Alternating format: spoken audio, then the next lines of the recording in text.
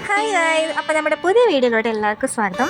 അപ്പോൾ ഗുരുവായൂർ വന്നിട്ടുണ്ടെങ്കിൽ നമ്മൾ തീർച്ചയായിട്ടും കണ്ടിരിക്കേണ്ട ഒരു സ്ഥലമാണ് ഗുരുവായൂർ ആനക്കോട്ട. അപ്പോൾ അവിടേക്കാണ് നമ്മൾ ഇന്ന് വന്നിട്ടുള്ളത്.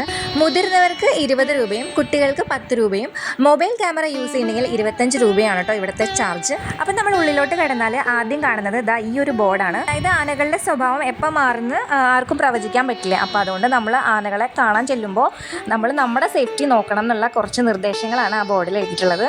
പുന്നത്തൂർ ആനക്കോട്ടയുടെ മെയിൻ ഓഫീസാണ് ഈ കാണുന്നത്. അപ്പോൾ കുട്ടികളെയും കൊണ്ട് വന്ന് കാണിക്കാൻ പറ്റിയ നല്ലൊരു സ്ഥലമാണ് കേട്ടോ ഇത്. അതുപോലെ ആനനെക്കുറിച്ച് അറിയാൻ ആഗ്രഹമുള്ളവർക്കും ആനനെ ഒത്തിരി ഇഷ്ടമുള്ളവരും ഈ ഒരു സ്ഥലം ഒരിക്കലും മിസ് ചെയ്യരുത്. 38ഓളം ആനകളുള്ള ഈ ഒരു പുന്നത്തൂർ കോട്ട അപ്പോൾ ഗുരുവായൂർ അമ്പലത്തിനോളം തന്നെ പ്രാധാന്യമുള്ളതല്ലേ. ഗുരുവായൂരപ്പൻ്റെ ഗജസമ്പത്തിലുള്ള ഈ ആനകളെ തന്നെയാണ് അമ്പലത്തിലെ ശീവേലിക്കും എഴുന്നള്ളിപ്പിനും ഇവിടെ നിന്ന് കൊണ്ടുപോകുന്നത്. അതുകൊണ്ട് തന്നെയാണ് ഗുരുവായൂരപ്പൻ്റെ ആനകൾക്ക് ഇത്രയേറെ പ്രാധാന്യമുള്ളത്. അപ്പോൾ നമ്മൾ ഈ കാണുന്ന ആദ്യത്തെ ആന ഗുരുവായൂർ ദേവസ്വം രാധാകൃഷ്ണനാണ്. അപ്പം ഞങ്ങൾക്കറിയാവുന്ന ഓരോ ആനകളുടെ പേരും നമ്മുടെ മുകളിൽ മെൻഷൻ ചെയ്യുന്നുണ്ട്. ഇനി അതിൽ എന്തെങ്കിലും തെറ്റുണ്ടെങ്കിൽ കമൻറ്റ് ബോക്സിൽ രേഖപ്പെടുത്തണം കേട്ടോ. സുരേഷ് ഗോപി 2001 നടയിരുത്തിയ ആനയാണ് കേട്ടോ ഇത്.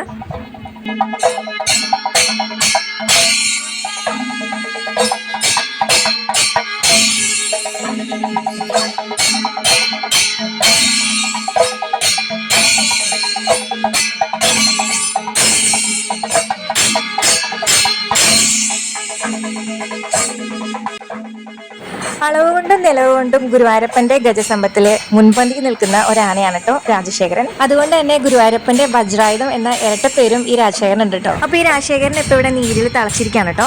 അപ്പോൾ 3 മാസത്തോളം നീണ്ടു നിൽക്കുന്ന ഈ നീര് കാലത്തിന്റെ അവസാന ഘട്ടത്തിലാണ് ഇപ്പോൾ രാജശേഖരൻ ഉള്ളതാണ് കേട്ടോ അവിടുത്തെ ഗാർഡ് നമ്മളോട് പറഞ്ഞത്.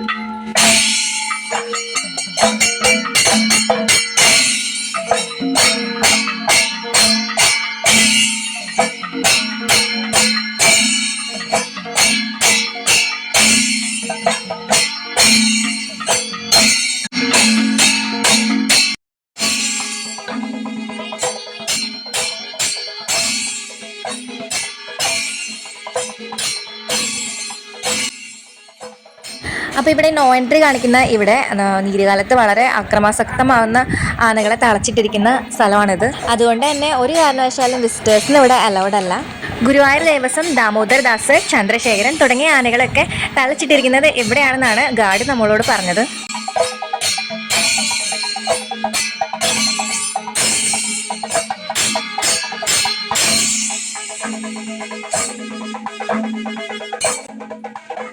അപ്പോൾ ഇത്ര ആനകളാണ് നമ്മളിവിടെ കണ്ടത്. ബാക്കിയുള്ള ആനകളെല്ലാം ശീവേലിക്കായിട്ട് ഗുരുവായൂർ അമ്പലത്തിൻ്റെ അടുത്തും പിന്നെ ഉത്സവ പരിപാടികളിലുമാണ്. അപ്പോൾ ഇത്രയുള്ള നമ്മുടെ വീഡിയോ. ഇഷ്ടപ്പെട്ടാൽ ലൈക്ക് ചെയ്യുക, ഷെയർ ചെയ്യുക, സബ്സ്ക്രൈബ് ചെയ്യുക. ബൈ.